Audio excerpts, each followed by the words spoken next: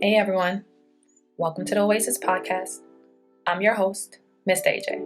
Thanks for tuning in. An oasis is something that provides refuge, relief, or a pleasant contrast, and that is exactly what you will find tuning into the Oasis Podcast.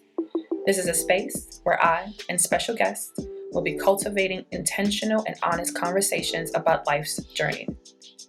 Subscribe everywhere you listen to podcasts and watch us on YouTube now. Hey y'all, how y'all doing? So I'm back with another episode of Things I've Learned to Be True. And this one is actually going to be about accountability, which I know you just heard an episode about accountability. But this one is more centered on accountability and perception. My truth moment is, no matter how good a person you are, you're evil in someone's story. And so what does that mean?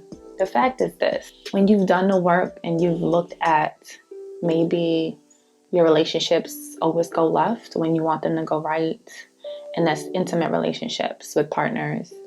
Maybe your friendships always go right when you want them to go left. The fact is, I'm sure both parties had a hand in where the relationship went, for sure. And the reality of the situation is, you could have really actually been a pretty good person or a dope person. But someone is always going to view you as you were the problem. And one, hopefully that person is also going to be truthful and honest to themselves about the situation. However, it's a very real possibility that they're not. And you need to make peace with that. And I think that's part of being accountable for yourself, is really acknowledging, you know what? This shit ain't work out. You know what? This shit went left. All right. Here's my part in that.